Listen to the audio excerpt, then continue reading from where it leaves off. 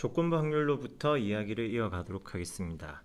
조건부 확률로부터 이어서 이야기할 수 있는 부분은 확률의 곱셈 정리라고 합니다. 짜자잔, 적어봅시다. 타이틀은 적어놔야 우리가 무엇을 공부하는지 알 수 있겠죠. 이 확률의 곱셈 정리로부터 구한 내용을 바탕으로 해서 사건의 독립과 종속이란 부분도 조금 구분 지어 볼까 해요. 자, 조건부 확률로부터 이야기가 시작된다고 했으니까 두 사건 A와 B로 나타낼 수 있는 조건부의 표현을 적어 보도록 합시다. P, B바 A는 이렇게 작성이 되죠. PB분의 PA 곱사건 B, PA분의 PA 곱사건 B. 자, 그러고 봤더니 보십시오. PBA 다시 PA 곱 B라는 것이 이 두 시기에서 모두 다 동일하게 존재하고 있죠.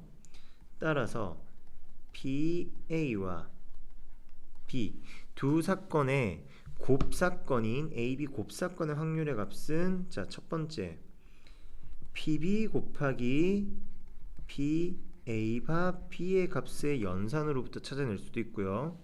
또는 PA 곱하기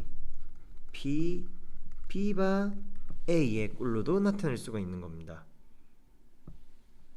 여러분 흔한 말로 벙찌죠? 이게 뭐라고? 근데 이게 확률의 곱셈 정리입니다. 의의를 적어본다면은 두 사건 A와 B의 곱사건의 확률은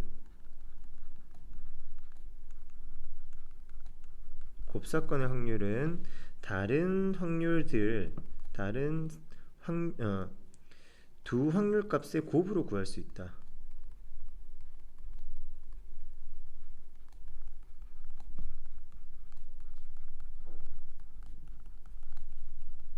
순진하게 AB 두 사건 AB의 곱사건이니까 A 사건 확률이랑 B 사건 확률이랑 곱해주면 되는 거 아니에요? 라고 얘기할 수 있겠죠. 근데 그런 관계가 아닙니다. 지금 이 이야기들이 정말 중요하고 의미를 이해한다면은 확률 단원에서 조건부뿐만 아니라 이 확률을 다루는 모든 부분들이 새로워 보이게 될 겁니다. 정말 좋은 이야기들을 담고 있고요. 그래서 선생님이 요거를 전달하는 데 있어서 많이 부담감을 좀 가집니다. 이 좋은 이야기를 여러분한테 전달해야 되는데 선생님은 늘 노력을 하는데 아직 더 노력을 해야 되나 봐요. 많은 학생들이 그래도 힘들어는 하더라고요. 자, 이번 시간에도 다시 한번 선생님이 최선을 다해서 설명을 해볼 테니까 이 의미의 파악을 선생님 수준까지 한번 이해해 보도록 같이 노력해 봅시다. 자, 다음 페이지에서 새롭게 이야기를 해보도록 하죠. 일단 요 이야기는 우리가 오늘 계속 가지고 다녀야 될 이야기니까 복사해서 새 집으로 이사. 네, 이렇게 가져왔습니다. 자, 이 구조를 좀 이해해 볼까 합니다. 사실 곱셈 공식은 앞서 얘기한 것처럼 이게 다니까 뭐 새삼스럽게 더 공식을 표현하고 정리하고 할 건 없어요. 이 녀석에서의 의미를 좀 우리가 이해해 보고자 하는 건데, 노란색으로 나타낸 기호가 뭐죠? 곱하기 기호죠. 확률들끼리 곱을 한다. 확률들끼리 곱한다는 말은 어떤 의미입니까? 두 사건이 배반의 상태입니까? 서로 경우의 수에서부터 우리가 계속 다뤄오던 그 내용 확률에서 똑같이 적용되고 있었죠. 합의 법칙이 아니라 곱의 법칙을 적용하는 경우는 연이어서 일어난다. 연이어 발생하는 경우, 서로 영향을 주거니 받거니 하는 경우. 영향 준다는 얘기는 패스합시다. 이거는 올바른 얘기가 아니에요. 연이어 발생하거나 연이어 발생하는 경우는 우리가 늘 이렇게 확률들을 곱해줬고요. 개별적으로 배반의 경우에는 더해줬었죠. CF 참고. 배반인 경우 확률에 합을 한다.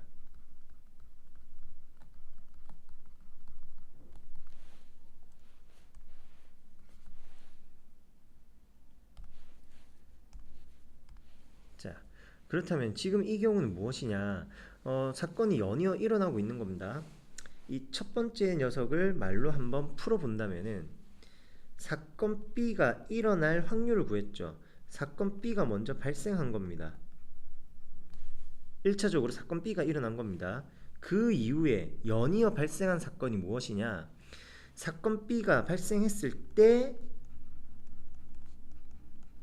발생했다면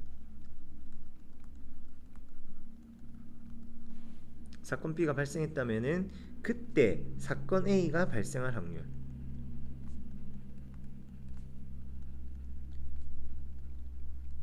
뭐 별 거창한 이야기들은 아니죠. PB와 PA바 B라는 조건부 확률의 이야기를 그냥 말로 다 풀어 쓴 거잖아요. 확률이란 말 일단 좀 빼겠습니다. 상황을 이해하고자 하는 거니까. 자, 사건 B가 발생하고 그 이후에 사건 A가 발생하는 겁니다. 사건 B와 사건 A가 이렇게 순차적으로 일어나는 거예요. 그럼 아래에 있는 것도 마찬가지 이야기겠죠. 복사를 해서 사건 A, B만 서로 바꾸면 되죠. 어떻게? 사건 A가 발생하고 그 다음에 A가 발생했다면 그때 사건 B가 발생한다. 두 번째 거는 전형적인 조건부의 구조인 거죠. 자, 이 기호를 이렇게 해석할 수 있어야 됩니다. 근데 정말 재미난 거는 여러분들이 이런 의미의 문제를 곧잘 풀어내요. 이런 형태의 식의 구성을 못할 뿐 풀이는 기가 차게 합니다. 실제로 한번 해볼까요? 예제 문제를 하나 가져오도록 하겠습니다.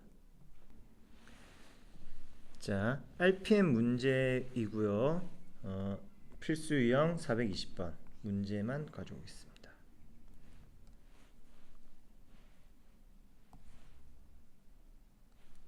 자, 이 곱셈 정리를 이용해서 푸는 문제인데요. 위에 있는 거 어차피 지금 잘 이해 안 돼 있잖아요. 근데 여러분 풀으라고 하면은 다들 잘 풉니다. 신기해요. 문제를 분석해 봅시다.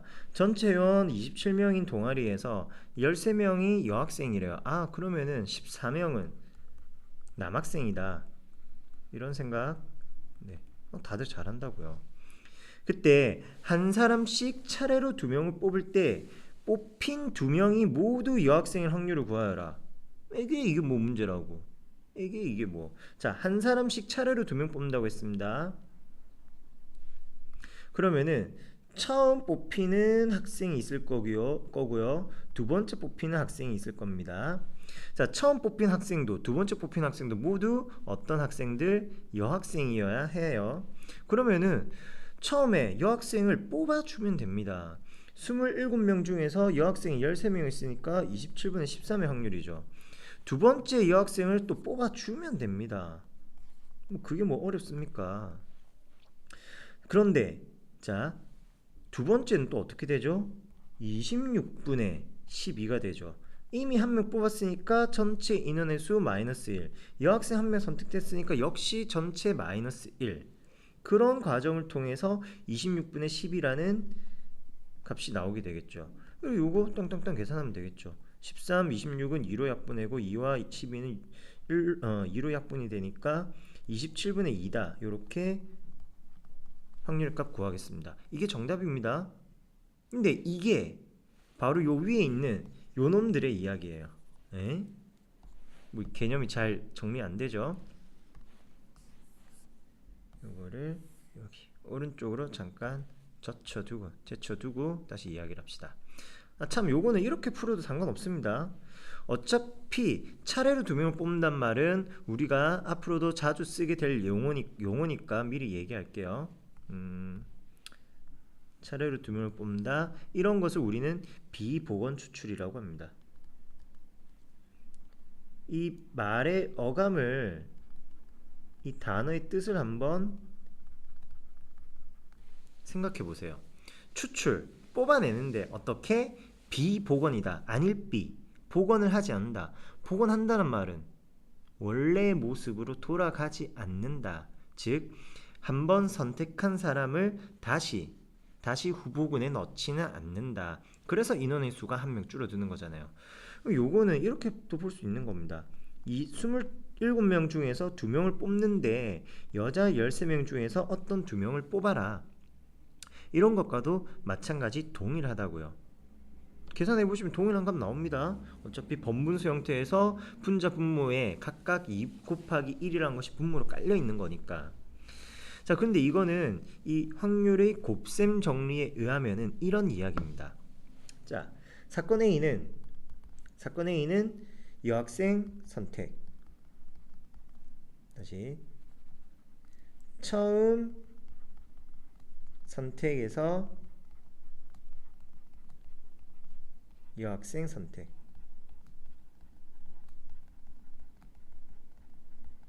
사건 B는 두 번째 선택에서 마찬가지 여학생 선택. 그렇다면 지금 이 식은 기호로 어떻게 표현될 수 있느냐? 27분의 13 처음 여학생을 뽑은 거죠. 그 여학생을 뽑을 확률이니까 PA의 값이 되겠네요. 색으로 좀 구분하겠습니다. 어휴, 이 친구 왜 이럽니까? PA의 값이 있고요. 처음의 확률이 27분의 13이었습니다. 여기까지 다들 오케이 동의하죠? 자, 그럼 두 번째 26분의 12라는 확률은 대체 어떤 연산을 한 것일까? 이 26분의 10이라는 확률은 처음에 여학생을 뽑은 상태에서 다시 두 번째 뽑은 게 여학생이잖아요. 자, 처음 여학생 뽑은 처음 선택해서 여학생을 뽑았다. 그 일이 발생했을 때 두 번째도 여학생을 뽑아야 된다라는 거죠. 네. 그렇다면은 이렇게 조건부의 형태를 취해서 표현할 수 있을 겁니다. P, 바 뒤에 A를 둔다면 A 사건이 먼저 벌어지는 겁니다. 처음 여학생을 뽑았다고요. 그 다음 두 번째에서 또 여학생을 뽑는다. P, B바 A가 된다. 이렇게 표현이 되는 겁니다. 자, 여러분들이 잘한다라는 거는 뚝 잘라서 이 오른쪽 파트 계산을 곧잘 하시는 거예요. 그냥 이게 어떤 의미로 식이 구성되는지 그런 거 없이 늘 해오던 확률의 연산, 직관적인 접근으로 그냥 단순한 산술 연산은 곧잘 해냅니다.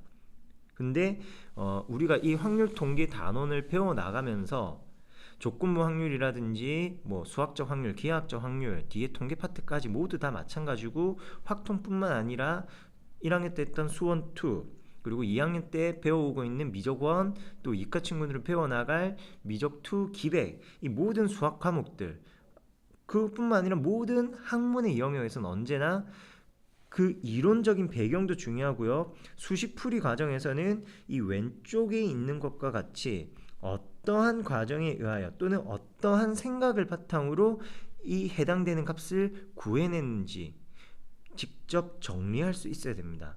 쉽게 말하면은 서술형을 대비해서 이 왼쪽 편에 있는 식의 모습을 나타낼 수 있어야 된다라는 거예요. 계산은 잘하니까 이렇게 역으로 접근해 주세요. 이 27분의 13이라는 확률은 기호로 나타낸다면 뭐라고 쓸 수 있을까?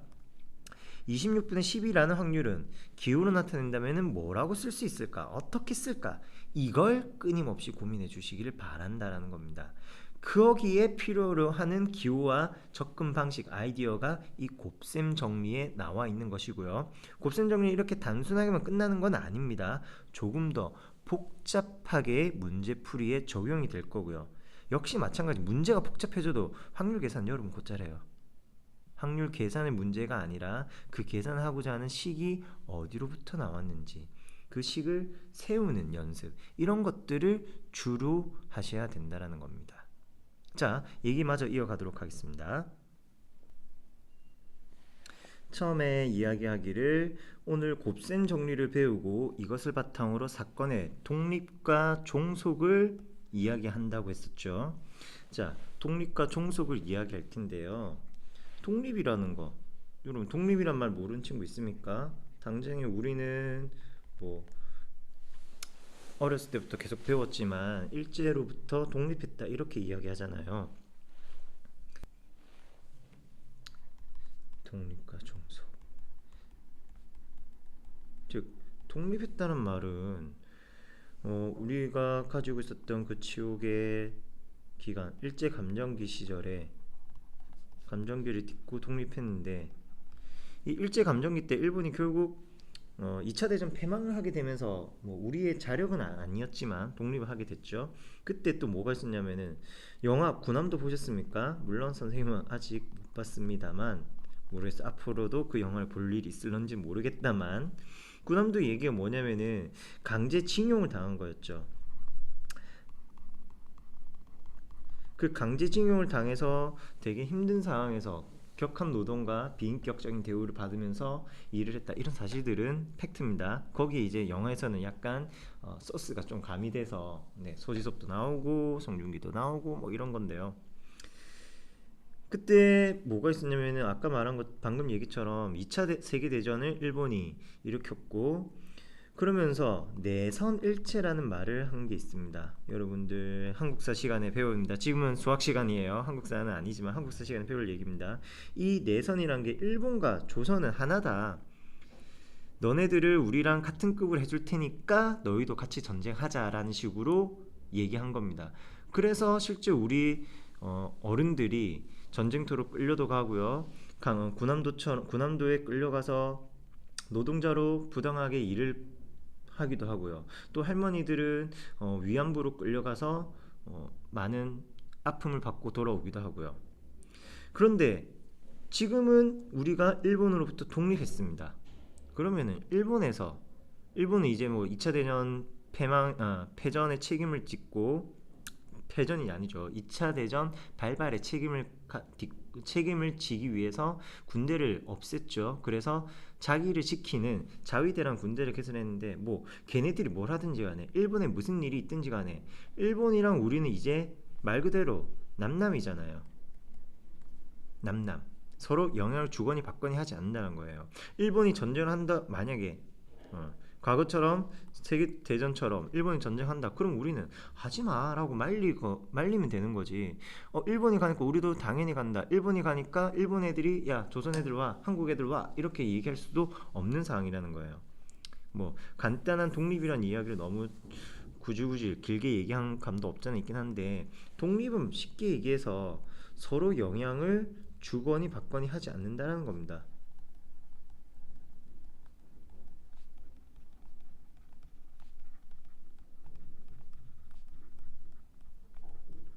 서로라는 말은 복수의 관계에서 적용하는 말이죠. 즉, 두 사건 A, B가 두 사건 A, B에서 사건 A의 발생 여부와 사건 A의 발생 여부와 사건 B의 발생 여부는 무관하다.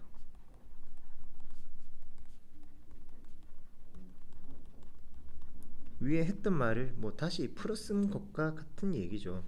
그럼 종속은 무엇이냐? 어디에 종속되어 있다. 쫄따구처럼 이렇게 졸졸 따라다니는 거고요. 독립이 아닌 나머지 모든 경우를 이야기합니다.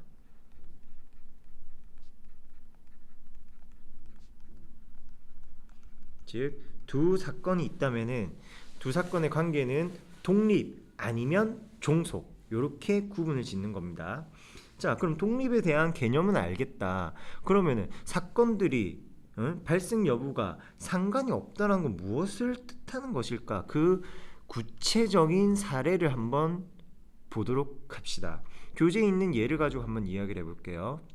자, 주사위를 던질 것이고요. 그러면 샘플 스페이스가 표본 공간이 1, 2, 3, 4, 5, 6 이렇게 6개의 자연수가 나옵니다. 사건 A를 이렇게 가정해 봅시다. 사건 A는 홀수의 눈이 나오는 경우, 홀수의 눈. 그렇다면은 사건 A의 홀수 눈이다 1, 3, 5라는 3개의 수고요. 사건 B는 3의 배수라고 합시다. 3의 배수의 눈이 나오는 경우를 사건 B라고 합시다. 그럼 3과 6이네요. 즉 샘플 공간에서 구성을 하면은, 참고로 그림은 그리지만 여러분들이 독립이다 종속이다 두 사건의 독립 종속 여부는 절대 벤 다이어그램으로는 확인할 수가 없습니다. 그냥 참고 삼아 그리는 것일 뿐 확인 불가입니다. 3과 6이고요. 1, 5가 있고요. 2, 4가 바깥쪽에 빠져 있겠네요. 자, 사건 A의 발생 여부, 즉 PA의 값은 얼마?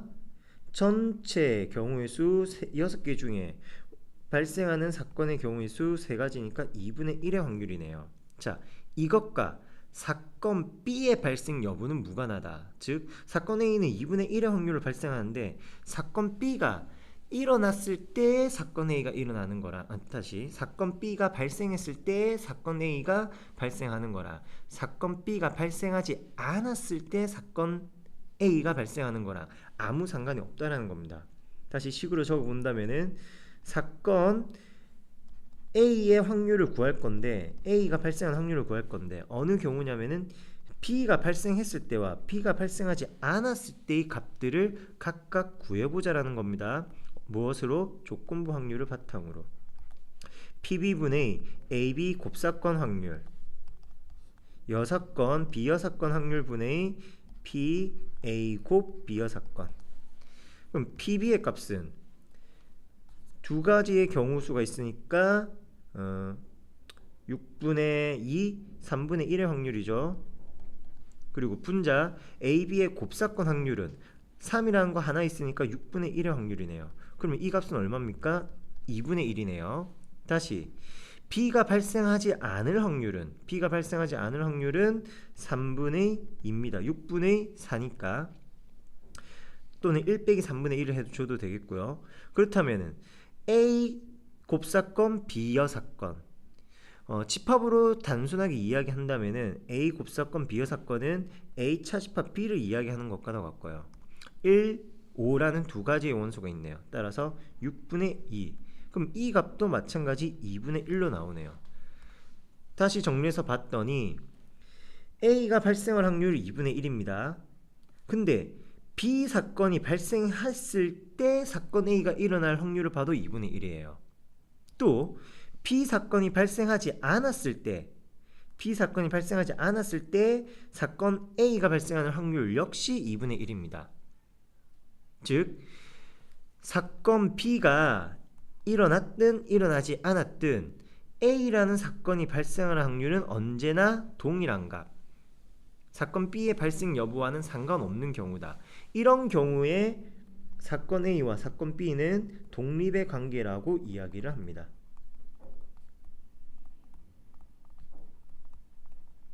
이런 경우를 독립이라고 합니다. 자, 그래서 독립의 여부를 확인하는 그런 기본 공식은 다음과 같습니다. 공식 유도 과정도 같이 곁들여서 보도록 하죠. 앞서 봤던 예 이야기대로 사건 A가 발생할 확률은 사건 B가 발생하고 사건 A가 발생을 하든 사건 B가 발생하지 않고 사건 A가 발생하든 모두 다 동일한 값, 앞서서는 2분의 1이었죠. 기억하고 계셔야 됩니다. 동일한 값을 가진다. 이런 내용이었고요. 그때 조건부 확률을 이용하여 주어진 식을 변형한다면은 PA바 B는 PB분의 PA 곱 B로 적을 수 있겠네요. 자,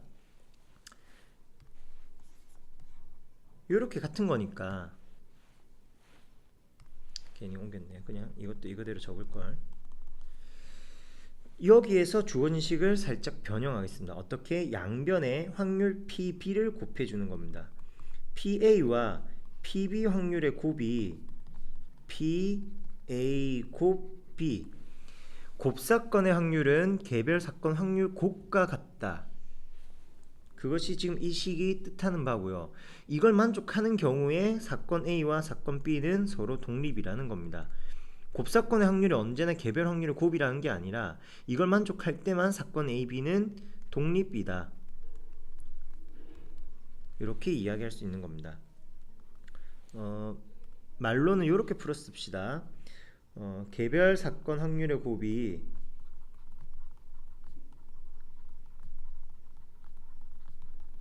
곱과 곱사건의 확률이 동일하다.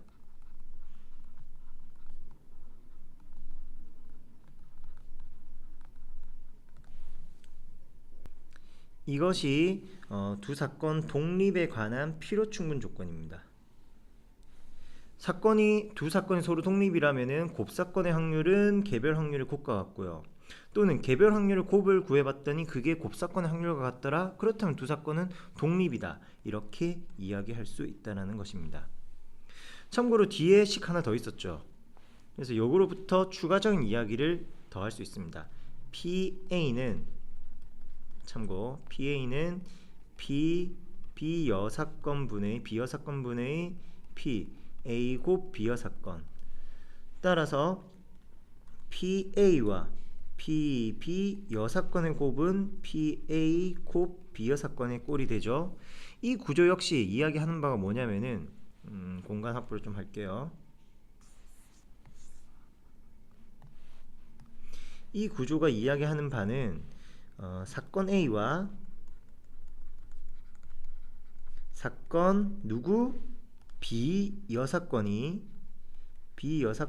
서로 독립이다.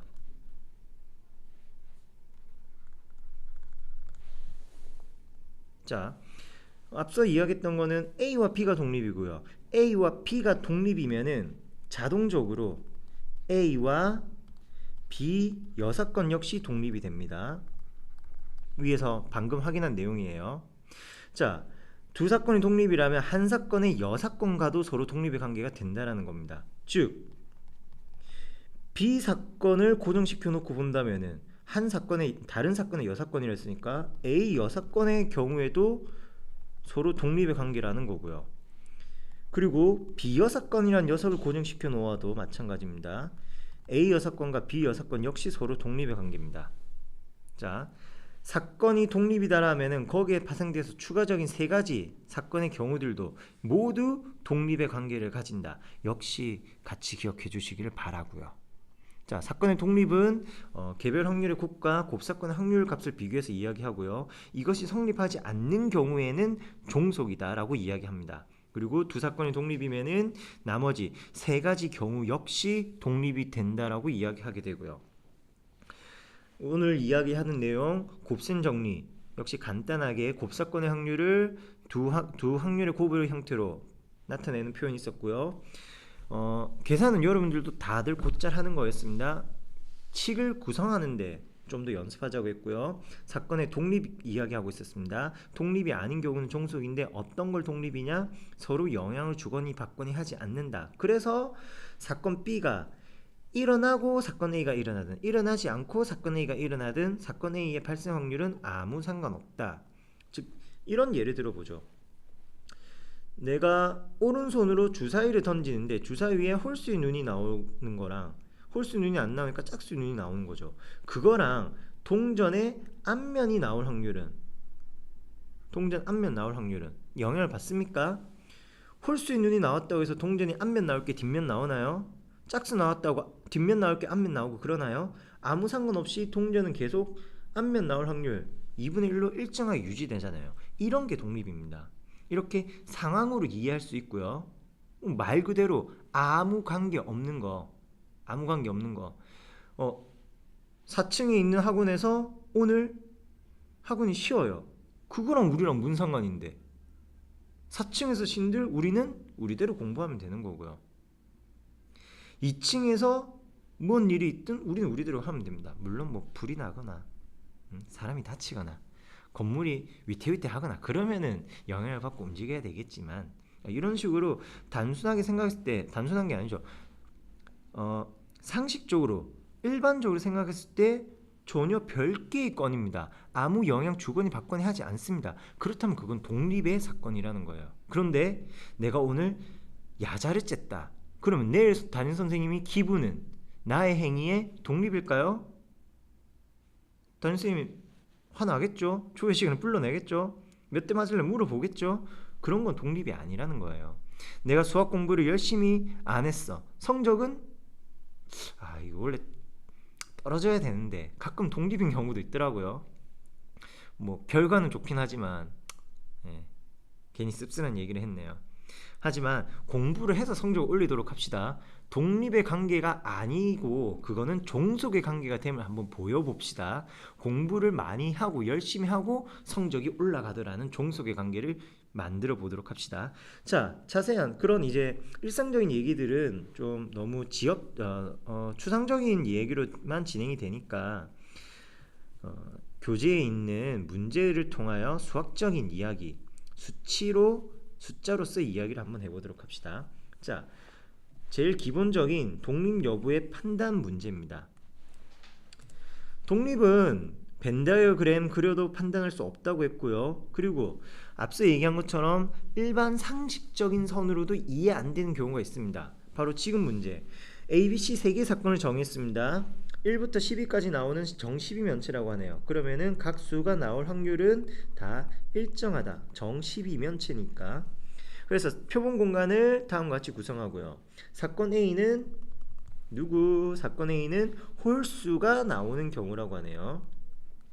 홀수가 나오는 사건. 그러면 1, 3, 5가 아니라 지금은 주사위 12면체죠. 그래서 1, 3, 5, 7, 9하고도 11까지 해주세요. 두 번째, 사건 B는 3의 배수가 나오는 경우를 이야기한답니다. 따라서 3, 6, 9, 12. 사건 C는 11 이상의 수가 나온다고 합니다. 사건 C는 11 이상이니까 11, 12 끝 이렇게 되겠네요. 그래서 사건 C가 있고요. 사건 A가 있고요. 사건 B도 있고요. 자, 그럴 때 질문 1. 아니요. 확률까지 한번 구해봅시다. PA의 확률은 하나, 둘, 셋, 넷, 다섯, 6개니까 2분의 1이네요. PB는 하나, 둘, 셋, 4개니까 12분의 4니까 암산도 안 돼. 3분의 1이네요. 그리고 C는 6분의 1. 요거는 제가 암산이 자신 있습니다. 자, 그럴 때 첫 번째 질문. A와 B가 서로 독립이냐를 묻습니다. 독립이냐. 그러면 무엇을 해주시면 되느냐? 곱사건의 확률을 구해봅니다. 곱사건의 확률. A, B의 곱사건은 무엇일까요? A는 홀수, B는 3의 배수. 홀수인 3의 배수 3과 9를 이야기하네요. 따라서 그 확률은 12분의 2, 6분의 1의 값이 됩니다.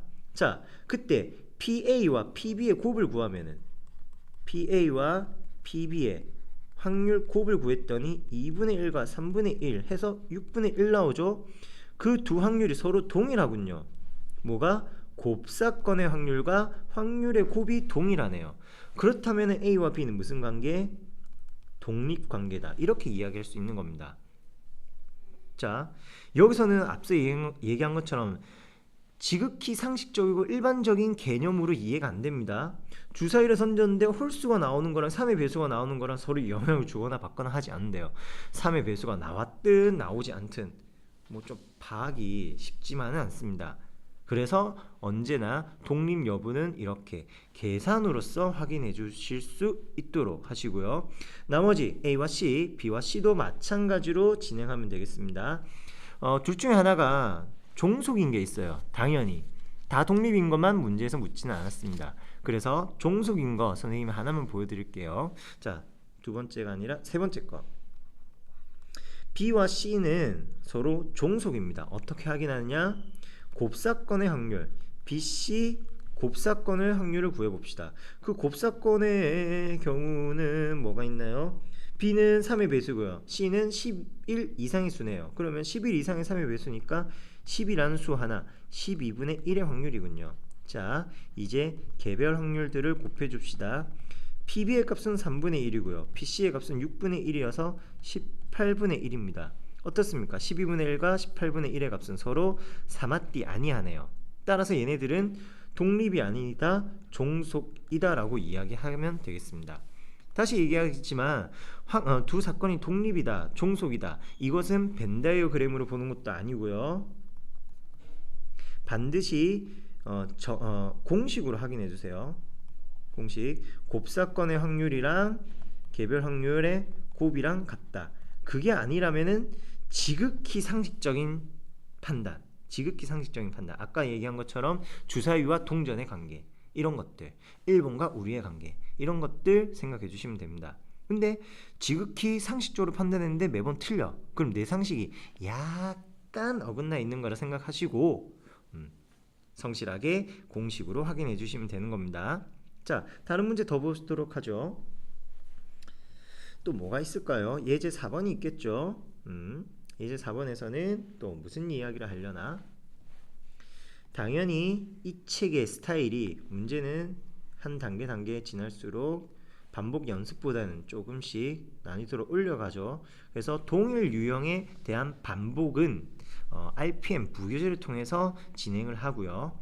대표 유형들, 시험에서 자주 나오는 형태들을 우리가 하나씩 설명하고 풀어나가는 과정이다, 이렇게 생각해 주시면 되겠습니다. 자, 이제 4번이고요. 첫 번째 질문, PA 확률 A는 10분의 3이랍니다. AB 곱사건은 5분의 1이랍니다. 어휴, A여 사건, B여 사건의 곱사건은 5분의 2라고 하네요. 그럴 때 문제 찾아야 되는 거, PA바 B의 값을 구하여라. 그러면 조건부니까 PB분의 PAB 곱사건 계산하면 되겠네요. 이거 하면 되는데 뭐가 문제지? 자, 다시 봅시다. 그러고 봤더니 곱사건의 확률까지는 나와 있네요. 5분의 1이라고. 그럼 B 사건의 확률을 나머지 두 개의 조건으로부터 찾아야 될 것 같아요. 자, 어떻게 구성이 되려나? 여기서 먼저 중요한 거는 바로 이 친구입니다. 너 친구 말고 이 친구요. A 여사건과 B 여사건의 곱사건의 확률을 물어보고 있습니다. 자, 그러면은 사건이란 건 우리가 집합 개념으로 쉽게 정리하고 이해하면 된다고 했습니다. 다만 교집합, 합집합과 같은 곱사건, 합사건만 있지 그 이외의 것들은 없어요. 물론 여사건 존재합니다. 여기에 이런 개념 가능합니다. 둘 다 여사건이니까, 여사건 보이니까 수학2 집합에서 배웠던 거대로 드모르간의 법칙을 적용하는 겁니다. 드모르간의 법칙. 그러면은 AB 합사건에 대한 여사건, 이것의 확률을 구하는 겁니다. 이것의 확률을 구하는 거예요. 난 색깔을 넣고 싶어요. 간혹 이렇게 적는 친구들이 있습니다. A, B 곱사건의 여사건. 이거는 있지도 않은 잘못된 표현입니다. 뭐냐면은 이 부분까지 요 부분이 A, B 곱사건의 확률을 묻거든요. 그러면 그 값은 어떤 확률 실수의 값이 나오잖아요. 실수. 예를 들어서 2분의 1이라고 합시다. 2분의 1의 여사건이다. C는 사건에만 적용하는데 2분의 1은 실수인데 대상이 맞지 않잖아요. 그래서 이런 괄호가 반드시 필요하다고요. 전체 여사건의 확률을 구하여라.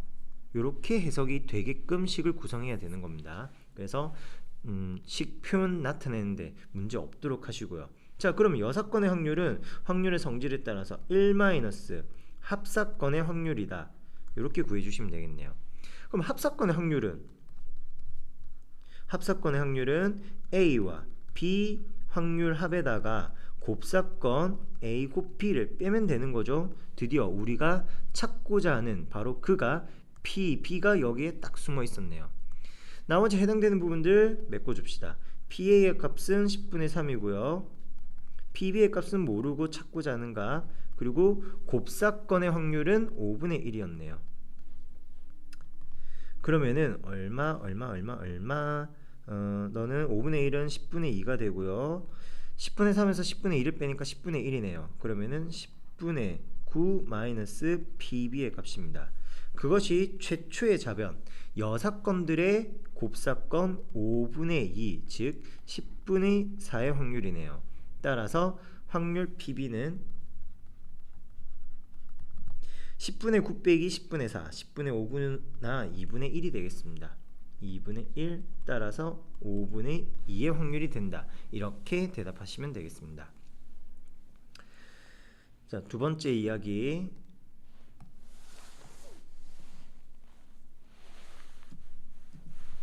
새로운 페이지에서 두 사건 A, B가 서로 독립이라고 합니다. 두 번째 문항에서는 대놓고 독립이라고 바로 이야기를 하네요. A, B가 독립이니까 우리는 A, B의 곱사건의 확률과 A, B 확률의 곱이 동일한 값을 가진다는 것을 알 수 있습니다. 따라서 곱사건의 확률 5분의 1과 PA의 확률은 A의 확률 PA는 모르겠고요. PB, B의 확률이 5분의 3이 된다. 따라서 A의 확률은 3분의 1이 됨을 알 수 있습니다.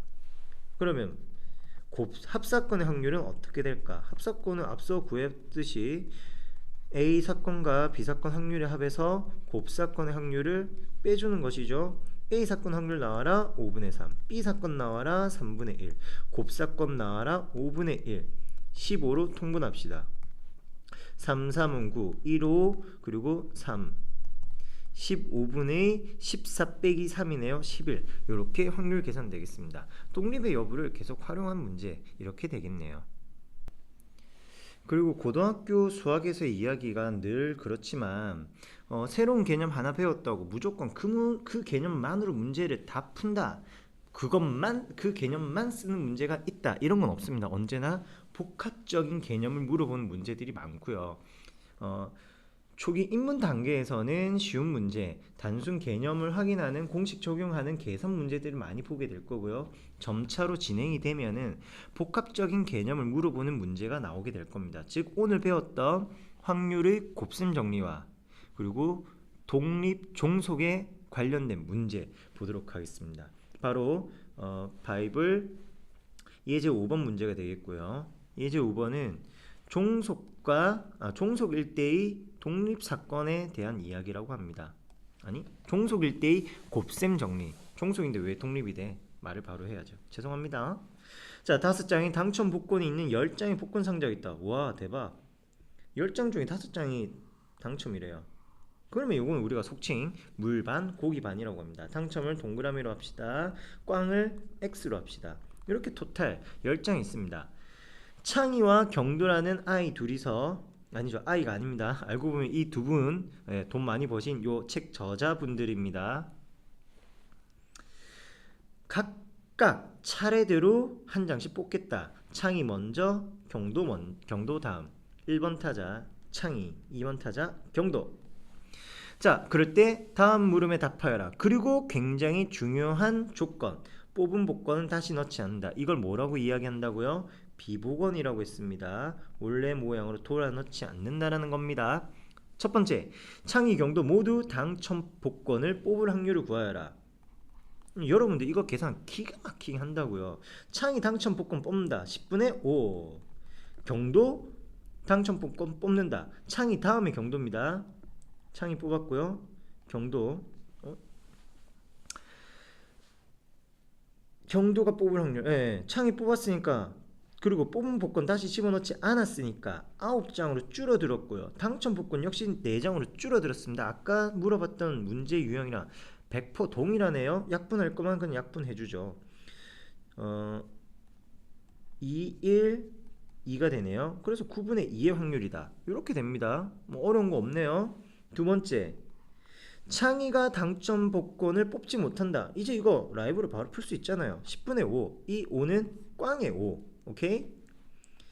그리고 경도는 당첨 복권을 뽑는다. 9장으로 전체는 줄어들었고 당첨 복권에서 5를 가져오면 되겠네요.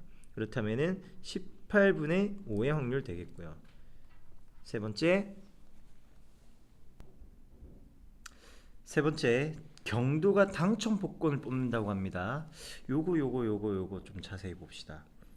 창희 얘기는 온데간데도 없어요. 경도가 당첨 복권을 뽑는답니다. 그러면은 창희는 관심을 두지 않겠다는 겁니다. 빨간색으로 이름 적어서 미안해요 아저씨. 창희는 I don't care, 궁금하지 않아요. 창희는 뽑든 뽑지 않든 경도만 당첨되는 걸 보겠답니다. 그러면은 자, 첫 번째 문항에서는 창희가 당첨이 되고 경도 당첨되었죠. 두 번째 문항에서는 창희는 꽝이 되고 경도 당첨되었죠. 어쨌든 우리가 원하는 상황, 경도가 당첨 복권을 뽑은 상황이었습니다. 따라서 창이 당첨되고 경도 당첨된 경우 있을 거고, 창이가 꽝이 되고 경도만 당첨된 경우 있겠죠. 이것을 다 더해 주시면 되겠습니다. 즉 9분의 2와 18분의 5라는 값의 합이니까 18분의 9, 2분의 1이 되겠네요. 2분의 1. 자, 결국 경도가 당첨되는 확률은 2분의 1이다. 창이가 당첨되는 확률은, 창이는 먼저 뽑는 친구죠. 창이 당첨의 확률은 2분의 1. 경도 당첨의 확률 2분의 1입니다. 이건 무슨 이야기를 하는 거냐면, 독립과는 조금 상관은 없지만, 하는 이야기는, 먼저 뽑든 창이가 먼저 뽑죠. 나중에 뽑든 내가 당첨될 확률의 차이는 없다라는 겁니다. 창이가 먼저 뽑는 사람이 창이가 되든 내가 나중에 뽑든 창이의 확률과 나의 확률, 먼저 뽑는 사람과 다음에 뽑는 사람, 그 다음에 세 번째 또 다른 사람이 와서 뽑을 수도 있는 거예요. 선생님이 세 번째 뽑는다 하더라도 선생님이 당첨될 확률은 모든 경우의 확률을 다 더해 보면은 2분의 1이 된다라는 겁니다. 물론 창이가 당첨되었을 때 내 경도까지 당첨될 확률은 창이가 꽝이 되었을 때 경도가 당첨되는 확률보다는 작아요. 그런 관계는 있어서 매번 영향받지만 종속이라는 거예요. 종속인 상태이긴 하지만 모든 경우의 수를 다 고려하면 확률의 값은 동일하다는 겁니다. 자, 이렇게 문제 푸시면 되는데요. 여기서 선생님 바라는 게 하나 있다고 했죠. 여러분들이 단순하게 이렇게 문제 풀이로만 끝나는 게 아니라 무엇까지 해주기를 바라느냐? 이 문제와 관련된 식을 세워주길 바란다라는 겁니다. 식을 세워주기를 바라는 거예요. 따라서 사건을 이렇게 정의해 보도록 하겠습니다. 사건 A는 창이가 당첨제비를 뽑습니다.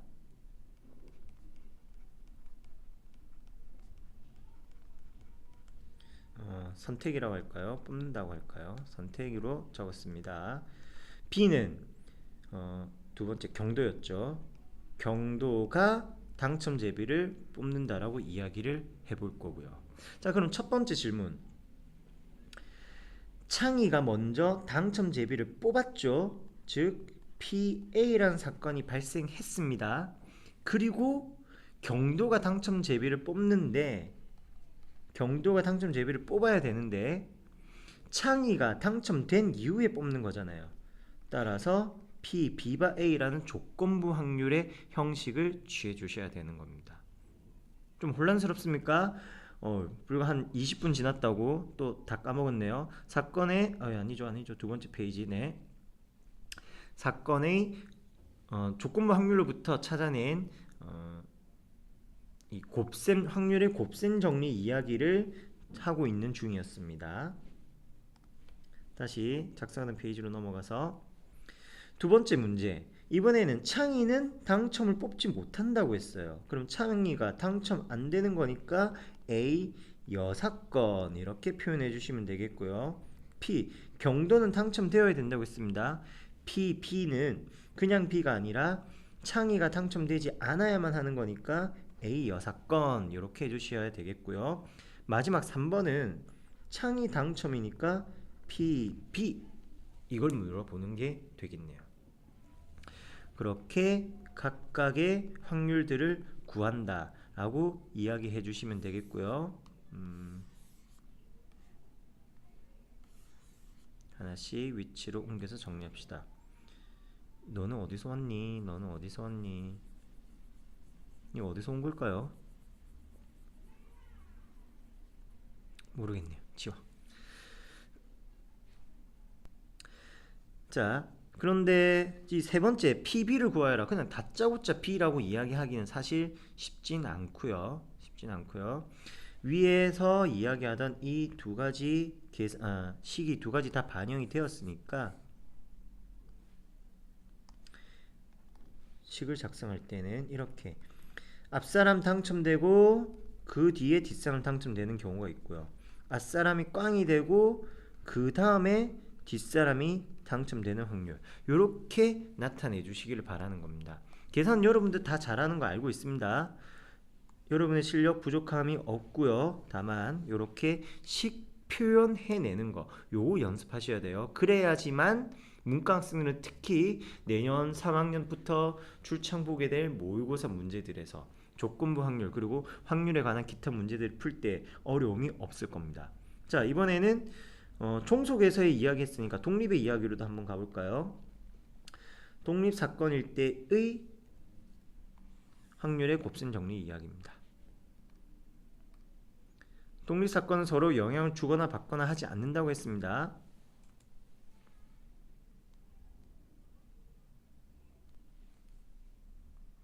자, 봅시다. 이런 식의 질문들이 종종 나오는데요. 장윤희와 하은이의 명중률이 0.8과 0.9인 사격 선수랍니다. 두 선수가 동시에 총을 쏜다. 동시에 쏩니다. 물론 동시에 쏘는 게 크게 중요한 건 아니긴 하지만 두 레인에 서서 장윤희가 총을 쏘고요. 빵이야. 하은이도 총을 쏜 하은이군요.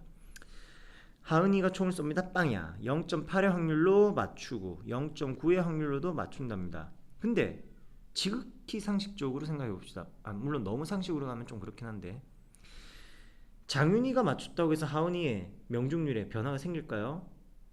얘네들이 완전 옆에 따닥따닥 붙어가지고 단 1점 차이로 올림픽 금메달의 여부가 갈린다. 그러면은 막 심장이 벌렁벌렁 되면서 실수할 수도 있을런지 몰라요. 근데 두 친구가 동시에 쏜다고 했지 나란히 선다는 말은 없잖아요. 그러면은 이렇게 생각해 주세요. 한 100m 정도 떨어져서 서로가 상대방의 관역이 맞았는지 안 맞는지 몰라요. 그러면 저 친구가 쏘든 말든 나는 내가 쏘는 것만 집중하면 되지 않겠습니까? 즉 얘네들은 서로 독립의 관계다. 이렇게 이해해 주세요. 장윤희의 명중률과 하은이의 명중률은 독립입니다. 자, 1번. 그러면 식을 이렇게 구성합시다. 이 0.8이라는 것은 장윤희 PJ, 0.9는 하은이 PH. 자, 첫 번째, 장윤희는 명중하고 하은이는 명중하지 못하여라. 자, 물론 요거는 이제 순서대로 연달아 일어나는 개념은 아니지만 동시에 발생하는 사건이기도 하고요. 그래서 확률들의 곱을 할 겁니다. 장윤희가 명중할 확률은 얼마? PJ가 되고요. 하은이는 명중하지 못한답니다. PH 여사건 되겠습니다. 자, 그러면은 얘네들 이렇게 막바로 곱해도 되는 걸까요? 앞서 봤던 확률의 사건의 독립과 총속으로 갑시다. 두 사건이 독립이라면은 나머지 세 가지 조건, A와 B여 사건, A여 사건과 B, A여 사건, B여 사건, 이 세 가지 경우, 즉 토탈 네 가지 모든 경우는 다 독립의 이야기가 됩니다. 즉 J와 H가 독립이니까 J와 H 독립이고요. 독립의 성질에 따라서 J와 H 여집합도 독립, J 여집합과 H도 독립, 그리고 여집합과 여집합도 모두 독립이 됩니다. 따라서 J와 A 여집합 독립이기 때문에 이렇게 개별 확률들을 곱해주면 되는 거고요. PJ는 0.8입니다. H 여사건의 확률은 1-0.9, 0.1이 되겠네요. 따라서 값은 마음에 안 들지만 0.08이라는 값이 나오겠습니다. 두 번째, 장윤희 또는 하은이가 명중시킨다. 장윤희 또는 하은이가 명중한다. 그러면 이것은 총 세 가지의 상황입니다. 장윤희 명중, 하은이 명중. 둘 다 명중하는 거 요거 하나. 두 번째, 장윤희만 맞추고 하은이 꽝. 세 번째, 반대로 장윤희가 꽝, 하은이가 명중. 이런 세 가지 경우가 가능해요. 그 세 가지 경우의 확률 다 구해서 더하느니 선생님은 여사건을 이용하겠습니다. 셋 다 구하는 게 잘못된 건 아니에요. 해주셔도 됩니다. 근데 선생님은 여사건을 이용해서 전체에서 마이너스 둘 다 실패할 확률을 이야기해 볼까 해요. 즉 1 마이너스 둘 다 실패라는 것은 요 네 번째 마지막 이야기 J와 H의 여사건들의 관계도 서로 독립이니까 J 여사건 확률과 P, H 여사건의 확률을 빼주겠습니다. 1-0.2와 0.1의 곱이네요. 1-0.0이니까 둘 중 적어도 한 명이 맞출 확률은 0.98 이렇게 되겠네요. 자, 이게 독립인 두 사건에 대한 곱셈 정리가 적용된 문제의 풀이가 되겠습니다. 나머지 하나 예제가 있습니다. 예제 7번이 있는데요. 이 문제는 조금 생각해 줄 부분이 있으니까 여러분들이 이제 다른 RPM 문제들까지 풀면서 익숙해진 다음에 본 수업 시간에 예제 7번 문제 풀이를 할까 합니다. 자, 일단 여기까지 내용이고요. 해당 부분에 맞춰서 RPM 문제들 성실하게 풀어주시고요. 당연히 바이블의 우측 페이지 숫자 바꾸기, 표현 바꾸기, 개념 넓히기 문제까지 한번 도전해서 문제 풀어오도록 하세요. 안 되는 부분들 같이 얘기 나누고 부족한 부분들 메꿔 나가도록 합시다. 오늘도 수고 많으셨습니다.